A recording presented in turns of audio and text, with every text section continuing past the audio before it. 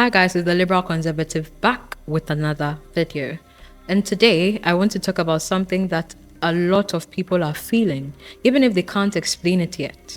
Candace Owens is getting bigger than MAGA, bigger than Turning Point USA, and honestly even bigger than the Daily Wire. And you can tell certain people and institutions are scrambling.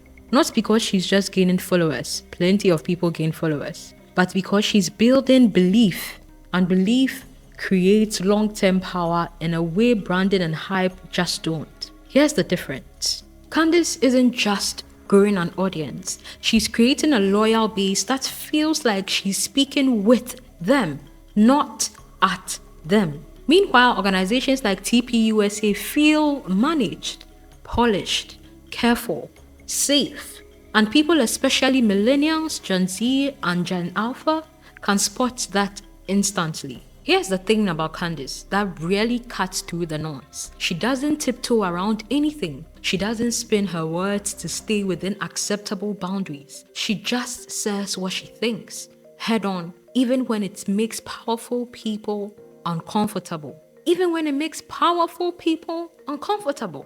That kind of boldness doesn't just attract clicks. It creates conversations people feel like they have to be part of. She takes risks. She challenges both sides. She doesn't wait for permission. She says things that might blow back on her, and she says them anyway.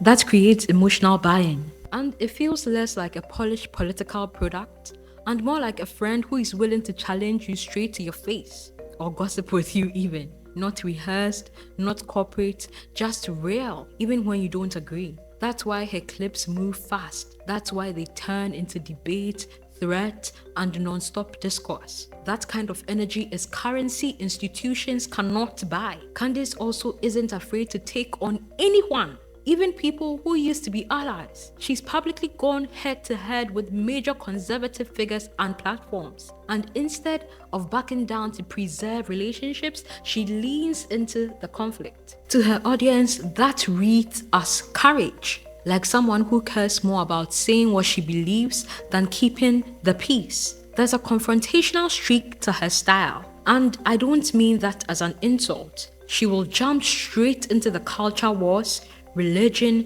politics, gender, identity, all of it, without a safety net. She doesn't soften her message so everyone feels comfortable. No, she pushes, she prods, she goes where other people hesitate. That's not just strategy. That is personality. And people feel that. The 200,000 people who watch her live almost every day feel that. She's also proven she's willing to call out systems and institutions directly. Whether it's BLM, whether it's criticizing DEI policies and questioning whether ideology is being prioritized over competence, or calling out what she sees as ideological pressure being put on kids in schools, she doesn't hide behind vague language. She calls people out by their names. She calls the Daily Wire out by their names. She calls Erica Keck out by name. She calls Andrew Covert out by name. She calls TPUSA out by name. She calls Ben Shapiro out by name. She calls the Daily Wire out by name. She calls everyone out by name. She calls even Donald Trump out by name. She says it plainly, sometimes bluntly, sometimes uncomfortably. She's even taken on international figures, doubling down instead of backing off when faced with lawsuits and pressure, framing it as a free speech issue rather than retreating to avoid controversy. Brigitte Macron, does that ring a bell?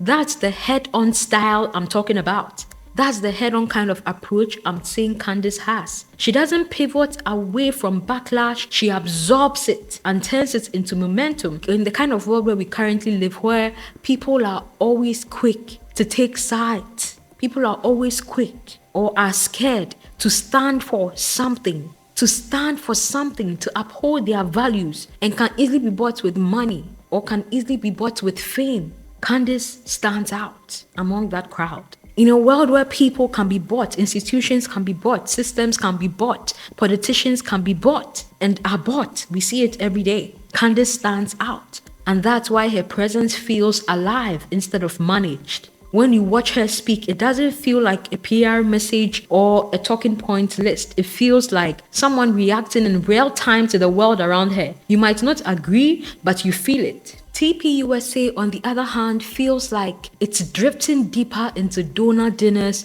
branding exercises, and controlled controversy. Everything feels pre-approved, everything feels cautious, everything feels managed. And that's not how movements are built. There was a time when conservative energy looked more like the Tea Party, raw, messy, unpredictable, and angry at fake leadership. Candace sounds like that energy again. Not corporate, not institutional, not trust us, we're the movement. No, just direct, personal, sometimes uncomfortable. TPUSA still depends on infrastructure, events, promotion, official backing, while Candace just turns on a mic and shifts the conversation. That should worry them, and that is clearly worrying them, looking at their most recent moves, looking at the lies they've tried to cover up.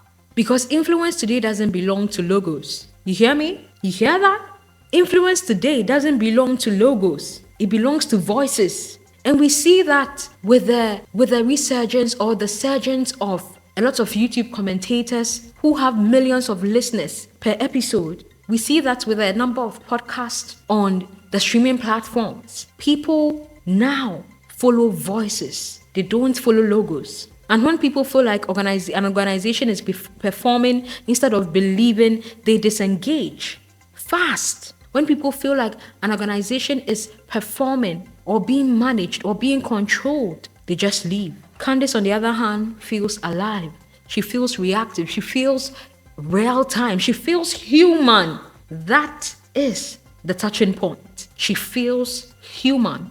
She feels like your sister or your auntie or your favorite internet sleuth on TikTok who talks about conspiracies or investigates on things they feel suspicious of. TPUSA and Daily Wire feel frozen in an old model that worked until it didn't. This isn't about liking Candace or agreeing with everything she says. No, it's about recognizing where cultural gravity is moving. And right now, it's moving away from institutions and toward individuals who feel authentic, risky, and unfiltered. Just like you and your sister having a conversation at home. And imagine, Candace has talked about not voting until she gets to the bottom of who unalived Charlie Kirk.